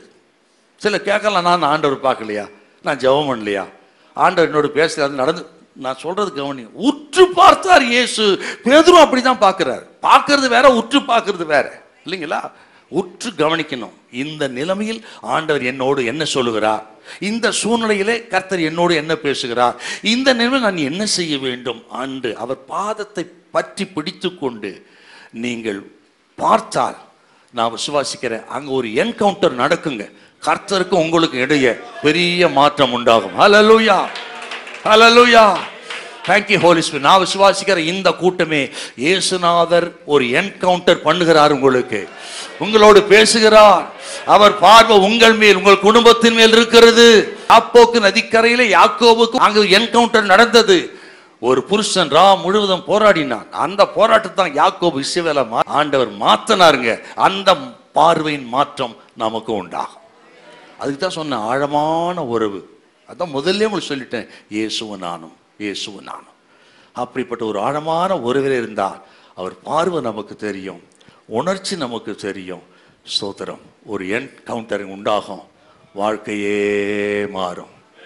ஹல்லேலூயா, ஆமென். Praise the lord. நான் ஊழியத்துக்கு வந்து 1 வருஷம் ஒரு சபை பொறுப்பெடுத்து நடத்தினேன். என்னுடைய ஹெட் குவார்ட்டர் சர்ச்சுங்க புரசவாகத்தில். அங்கே என்னை பாஸ்டராக போட்டாங்க. அதுக்கு முன்பு நான் பல நிலையில் இருந்திருக்கிறேன். ஆனால் இந்த சபை நீ கட்டி எழுப்பணும்பா என்று போட்டாங்க. ஒரு பழைய சபைங்க, அது 60 பேர் இருந்தாங்க. பழைய சபை கட்டுறதுலாம் சாதாரண விஷயம் கிடையாது, ரொம்ப கஷ்டங்க. ஒரு வருஷம் என்னென்னவோ முயற்சி பண்ணி பார்த்து நான் என்னென்னோ பண்ணேன், ஒன்றும் நடக்கலைங்க. அப்புறம் சோர்ந்து போய் ஒருவேளை இந்த ஊழியத்துக்கு வந்தது தப்பாயிட்டு வந்துட்டோமோ, பேசாமல் அட்மினிஸ்ட்ரேட்டாக இருந்திருக்கலாமே என்றெல்லாம் யோசித்து கலங்கியிருந்தேன். அப்பொழுது NLAG நம்ம மோகன் பாஸ்டர் ஐயாவோட சர்ச்சுக்கு ஒரு மீட்டிங் போயிருந்தேன். டிஜிஎஸ் தினகர் ஐயா அங்கே பேசுகிறார். அப்பொழுது என் வாழ்க்கை வனாந்தரமாக வறட்சியாக இருக்கிறதே சுவாமி, இதை விட்டுடலாம், வேற ஊழியத்துக்கு போகலான்னு ஒரு கலங்கி இருந்த பொழுது அந்த கூட்டத்துக்கு போயிருந்தேன். கடைசியில் உட்கார்ந்துருந்தேன். அப்போது டிஜிஎஸ் தினகர் ஐயா ஒரு வார்த்தை சொன்னார். தான் அந்த என்கவுண்டருங்கிறது சாதாரண விஷயம் கிடையாதுங்க. பின்னாடி சோர்ந்து போய் உட்காந்துரும், ஊழித்து விட்டு போகலான்னு உட்காந்துருங்க. இப்போ அங்கே இருந்து பேசுகிறாருங்க, தம்பி உன் வனாந்தரம் மாறும், உன் வறட்சி மாறும், நீ பயப்படாதே, அருள்நாதர் இயேசுனோடு கொடுக்கிறாருனார். எனக்கு பேசன மாதிரி ஈட்டி வந்தது மாதிரி அப்படி எழுதி உட்கார்ந்துட்டுக்கிறார். அப்போ விசுவாசம், என் வனாந்தரம் மாறும், என் வாழ்க்கை மாறும். அந்த விசுவாசத்தை போய் மறுபடியும் தொடங்கினேன். அங்கே 5 வருஷம் இருந்தேங்க. 5 வருஷம் முடியும் போது 60 பேர் இருந்தாங்க. 450 பேரை கொடுத்துருத்தான் கோயம்புத்தூருக்கு மாற்றினாங்க என்ன. அல்லேலூயா. ஒரு என்கவுண்டர். நான் விசுவாசிக்கிறேன், இந்த நாள் உங்கள் வாழ்க்கையில் ஆண்டவர் இயேசு உங்களை சந்திக்கிற ஒரு என்கவுண்டராக இருக்கும். உங்கள் ஊழியம் மாறும், உங்களுடைய ஜீவியம் மாறும், உங்கள் வாழ்க்கையில் பெரும் மாற்றத்தை கற்றுக் கொடுப்பார். எல்லாம் அப்படியே கையை உயர்த்தி ஹல்லேலூயா, ஹல்லேலூயா, ஆமென், பிரைஸ் தி லார்ட். அப்படி ஆண்டவரை பாருங்கள். பேதுருவும் இயேசுவும் ஒருவர் பார்த்தார்கள். அப்படி பார்த்தது அங்கே இருக்கும் யாருக்கும் ஒன்றும் தெரியாது. இயேசு ஏன் பார்த்தார், அவர் ஏன் இவரை பார்த்தார், அங்கே இருந்து யாருக்கும் தெரியாது. ஆனால் 2 பேருக்கு மட்டும்தான் தெரியும். இயேசு அதை ஏன் பார்த்தான்னு அவருக்கு தெரியும், பேதுருவுக்கும் தெரியும். சில நேரங்களிலே சில பார்வை, சில சந்திப்பு உலகத்தை யாருக்கும் தெரியாது, கூட இருக்கவங்களும் தெரியாது, நமக்கு ஆண்டவருக்கு மட்டும்தான் தெரியும். அல்லேலூயா. ரட்சிப்பு வெளியே தெரியாதுங்க, மனம் திரும்புதல் வெளியே தெரியாது, மன்னிப்பு, மன்னிக்கிற சுபாவங்கள் இதெல்லாம் வெளியே சத்தமே காட்டாது. அது கொடுப்பவருக்கும் பெற்றுக்கொள்வதற்கும் இடையே நடக்கிற விஷயம். ஹல்லேலூயா. இன்றைக்கும் கர்த்தர் கொடுக்கிறவராய் கர்த்தர் பெறுகிற உங்கள் மத்தியில் ஒரு என்கவுண்டர் பண்ணியிருக்கிறார். ஒரு வாழ்க்கை மாறும். ஹல்லேலூயா. எல்லாம் அப்படியே கையை உயர்த்தி ஹல்லேலூயா. அந்த பார்வை பேதுருவை என்ன செய்தது, எப்பொழுது பார்த்தார்னு பார்த்தோம், எப்படி பார்த்தார்னு பார்த்தோம். அந்த பார்வை பேதுருவை என்ன செய்தது. இப்போ 62வது வசனம், 22, 62. வெளியே போய் மனம் கசந்து அழுதான். வெளியே போய் மனம் கசந்து அழுதான். ஆண்டவருடைய பார்த்தது, அவர் உள்ளம் உடைந்து அவர் நன்றாய் உணர்வடைந்தார். பேதுரு ஆண்டவர் உணர்த்தினார் தன்னுடைய பார்வையில். அவர் மனசாட்சி செத்து போயிருந்தது. ஆகவே தான் ஆண்டவரையே மறுதலிக்கிறார். ஆண்டவர் பார்த்த அந்த பார்வை இந்த மனசாட்சியை மூடி இருந்த பிசாசின் எல்லா தூசுகளெல்லாம் விலகிட்டாரு. மனசாட்சியை தூசு அன்னைக்கு நேரத்தில் தூசு படிங்க. அப்போ மனசாட்சிப்படி வாழ மாட்டோம், ஊழியம் செய்ய மாட்டோம், மனசாட்சியை இழந்துடுவோம். காரணம், சாத்தானின் சில தூசுகள் படிஞ்சிருக்கும். பெருமை, கோபம், இச்சை, ஈகோ, இதெல்லாம் தூசுங்க. மறுதலிக்கிறது. ஆண்டவரின் பார்வை இந்த எல்லா தூசையும் விலக்கி, இப்போ அவர் செஞ்ச காரியம், இனிமேல் இந்த இடத்துக்கு நான் தகுதி அல்ல, இனி நாங்கள் இருக்கக்கூடாது. முன்பு என்ன ஆபத்து இருந்துன்னு அவருக்கு தெரியாமலே போயிடுச்சுங்க. அவருக்கு வேலைக்காரி, சேவகர்கள். இப்போ யோசிக்கிறாரு, உணர்வடைந்த உடனே நாம் இருக்க வேண்டிய இடம் இது அல்ல, இனி ஒரு நிமிஷம் கூட நாங்கள் இருக்க மாட்டேன். ஆண்டவர் பார்வை வந்த உடனே இந்த மாற்றம் உண்டாகுதுங்க, இல்லையா? நான் இருக்க வேண்டிய இடம் இது அல்ல, என் எஜமானனையே நான் மறுதலித்து விட்டு இப்படி சத்தியம் பண்ணின இந்த கொள்ளை கூடாரத்தின் மத்தியில் இனி நான் இருக்கக்கூடாது என்று அவன் உடனே அந்த இடத்தை விட்டு வெளியேறினாருங்க, இல்லையா? உண்மையிலே ஆண்டவர் உணர்த்தினார்னா ஆண்டவருக்கு பிரியமில்லாத இடத்துல நம்ம இருக்க மாட்டோம், இருக்கக்கூடாது, இல்லைங்களா? ஒரு நிமிஷம் கூட நான் இருக்க மாட்டேங்க, இங்கே நான் இருப்பதுக்கு எனக்கு தகுதி அல்ல என்று அந்த இடத்தை விட்டு வெளியேறினார். அந்த வேலைக்காரிக்கும் சேவகர்களுக்கும் முதுகை காட்டிவிட்டு, ரெஃப்யூஸ் பண்ணிட்டு, தள்ளிட்டு அவன் வெளியே போய் மனம் கசந்து அழுதான். இருளுக்குள்ளே போய் அந்த இருளுக்குள்ளே மனம் கசந்து அழுது இரவு நேரத்தில். நான் உங்களுக்கு சொல்லுகிறேன், தேவ ஜனத்தை சொல்லி நான் ஜெபிக்க விரும்புகிறேன். தேவன் நம்மோடு கூட இல்லாமல் நீங்கள் வெளிச்சத்தில் இருப்பதை காட்டிலும் தேவனோடு கூட இருட்டில் இருப்பதே நல்லது நமக்கு. நான் சொன்னது புரிஞ்சுதுங்களா? ஆண்டவர் இல்லாமல் நான் அந்த ஊழியம் செய்கிறேன், இந்த ஊழியம் செய்கிறேன், இவ்வளோ ஊழியம் நடக்குது, அற்புதம் நடக்குது, அதிசயம் நடக்குது, அப்படி ஆனா போனா என்று ஆண்டவர் இல்லாமல் நீங்கள் அற்புதங்களை செய்வதோ அல்லது பகிரங்கமான பல காரியங்களை செய்து பிரபலமாக இருக்கிறத விட ஆண்டவரோடு கூட நெருக்கத்திலும் பாடுகள் மத்தியிலே உபத்திரமத்திலே கொஞ்சம் ஊழியமா இருந்தாலும் சரி, கொஞ்சம் ஆத்மாக்கலாம் சரி, இயேசுவோடு கூட இருங்க. சோத்திர அந்த ஊழியத்தை கர்த்தர் பலகி பெருக பண்ணுவா. நல்ல கைத்தட்டி தோத்திரம் பண்ணுங்க பாப்போம். ஹல்லேலூயா. இந்த சின்ன ஊழியத்திலும் இயேசு இருக்கிறாரா, ஆண்டவர் நம்மோடு இருக்கிறாரா, அதுதாங்க முக்கியம் நமக்கு. ஆகவே தான் சொன்னேன், ஆண்டவர் இல்லாமல் நீங்கள் வெளிச்சத்தில் இருப்பதை காட்டிலும் இயேசுவோடு கூட இருளில் இருப்பதே நமக்கு நல்லது. இன்னும் சொல்கிற, கர்த்தருக்கு பிரியமில்லாத அந்த கொள்ளை கூடாரம் இயேசுவை தூஷித்தார்கள், காயப்படுத்தினார்கள். ஆகவே அவர்களோடு கூட இருப்பதை காட்டிலும் அதன் பிறகு பாருங்க, பேதுரு வெளியே வந்தார், சிலுவைக்கு போனாரா நமக்கு தெரியாதுங்க. எப்போ சந்திக்கிறா? இயேசு உயிர்த்தெழுந்த பிறகு, சீமோனை சந்தித்த பிறகுதான் சீமோனை நம்ம அங்கே பார்க்குறோம். என்ன அர்த்தங்க? இப்படி ஆண்டவருக்கு பிரியமில்லாத இடத்தில் இருக்கிறத விட்டுட்டு வெளியே வந்து சோத்தம் நம்ம நெருக்கத்தில் இருந்தாலும் சரி, பாடுகள் மத்தியில் இருந்தாலும் சரி, பயப்படாதீங்க. சோத்த உயிர்த்தெழுந்த தெய்வம் உங்களை சந்திப்பார், உங்களை தூக்கி எடுப்பார், உங்கள் நெருக்கத்துக்குரிய பலனை கருத்தை கொடுப்பார். உங்கள் ஊழியம் சிறப்பா இருக்கும். அல்லேலூயா. விசுவாசிக்கிறீங்களா? விசுவாசிக்கிறீங்களா? எத்தனை நெருக்கம் பாடுந்தால் ஆண்டவரோடு கூட இருப்போம். சோத்தர் உங்கள் நெருக்கத்தை மாற்றுவார். உங்கள் இத்தனை வருஷம் பட்ட பாடுகளுடைய பலனை தருவார். கண்ணீரோடு விதைக்கிற நீங்கள் கம்பீரத்தோடு அறுவடை செய்வீர்கள். ஒரு ஆச்சரியம் உண்டாகும். நான் விசுவாசிக்கிறேன். உங்க ஊழியத்தை கர்த்தர் தூக்கி நிறுத்துவார். சோத்த இப்படியே நீங்கள் இருந்து விடுவதில்லை. ஒரு புதிய மாற்றம் இன்றைக்கு உண்டாவதாக, இன்று முதல் ஆரம்பமாவதாக. ஆண்டவர் பார்வை உங்க மேல் வந்திருக்கிறது, உங்களை நோக்கி பார்த்திருக்கிறார். ஹல்லேலூயா. வெளியே போய் மனம் கசந்து அழுதார். அவரை தான் தூக்கி எடுக்கிறாருங்க. என் ஆடுகளை மேய்ப்பாயாக என்று ஆண்டவர் ஊழியத்தை கொடுத்தார். உலகத்தையே தலகழாய் புரட்டி போட்டார். அந்த அழுகை அழுதார் பாருங்க. வெளியே போய் மனம் கசந்து. நான் கேட்கிறேன், ஆண்டவர் தேவ சமூகத்தில் நீ அழுது எவ்வளவு நாள் ஆச்சுங்க? தேவ சமூகத்தில் பாதத்தை பற்றி பிடித்து கொண்டு மனம் திரும்புதலுக்கோ அல்ல வேற காரியங்களுக்கோ அழுது எத்தனை நாள் ஆகுது? நான் சொல்லுகிறேன், அழுகை என்பது நமது பலகீனம் கிடையாதுங்க. வேதம் முழுவதும் பாருங்க, தேவ மனித அழுது இருக்கிறார்கள். அழுது உலகத்தான் தான் சொல்லுவேன். ஆக லேடிஸ் மாதிரி அழுதுனா பாருங்க, அழுகை பலகீனம் கிடையாதுங்க. மோசே அந்த குழந்தையா இருந்தது அழுது அழுகைத்தான். ஆண்டவர் அந்த எகிப்து தேசத்தை அடித்தார். அவன் எழும்பி பின்னாட்களிலே தன் சகோதரருக்காக அழுதான். என் ஜனங்களின் பாவங்களை மன்னி தருளுவீரா, மன்னி தருளும், இல்லாவட்டால் என் பேரை ஜெபசுந்து கிழிக்க போடும். அந்த அழுகைத்தான் சகோதரர் அழியாமல் பாதுகாத்தது. ஆக யோசேப்பு தன் சகோதரருக்கு அழுதிருக்கிறா. தாவீதின் வாழ்க்கை முழுவதே அழுகைத்தான். அருள்நாதர் இயேசுவை பாருங்கள், 3 விஷயம் அழுதார் அவர், இல்லைங்களா? கெத்செமனே தோட்டத்தில் அழுதார். லாசருடைய வீட்டுக்கு வந்த பொழுது அழுதிருக்கிறார். எருசலேமை பார்த்து கண்ணீர் விட்டு அழுதார். இயேசுவே அழுதிருக்கிறார். ஆகவே அழுகை என்பது பலகீனம் அல்ல. ஒருவேளை கண்ணீரோடு வந்திருக்கலாம் நீங்க. பலகீனத்தோடு என் வாழ்க்கை, என் ஊழியமே கண்ணீர் தான், இது பலகீனம் அல்ல. கர்த்தர் சொல்றார், இன்னைக்கு கண்ணீரோடு விதைக்கிற நீங்கள் கம்பீரத்தோடு அறுவடை செய்வீர்கள். உங்கள் கண்ணீருக்கு பலன் உண்டு. யாரும் அறியாத முடங்கி கிடக்கிற மறைவிடத்து விடுகிற கண்ணீருக்கு பலன் உண்டு. கர்த்தர் தூக்கி எடுப்பார். ஹல்லேலூயா. இந்த பேதுருவை தான் தூக்கி எடுத்தார். பெந்தகோஸ்து நாள் என்று அவர் ஜீவாதிபதியை கொலை செய்தீர்கள் என்று சொன்ன வார்த்தை கேட்டு இருதயத்தில் குத்தப்பட்டு 3000 பேர் ரட்சிக்கப்பட்டான், 5000 பேர் ரட்சிக்கப்பட்டான். இதே விழுந்து போன சீமோன் தான் மனம் திரும்பி அழுத அந்த அழுகை, அவர் பண்ண அந்த பிரசங்கம் வல்லமையான ஒரு பிரசங்கம். ஆகவே அப்படி அழுது தேவ சமூகத்தில் உங்களை ஒப்பு கொடுத்து ஆண்டவர் உணர்வுகளை புரிந்து கொண்டு அவரை நோக்கி பாருங்கள். உங்கள் பிரசங்கத்துக்கு வல்லமையாக இருக்கும், உங்கள் ஊழியத்துக்கு வல்லமையாக இருக்கும். பேதுரு எடுத்து வல்லமையாய் பயன்படுத்தினவர் உங்களும் பயன்படுத்துவார். ஹல்லேலூயா.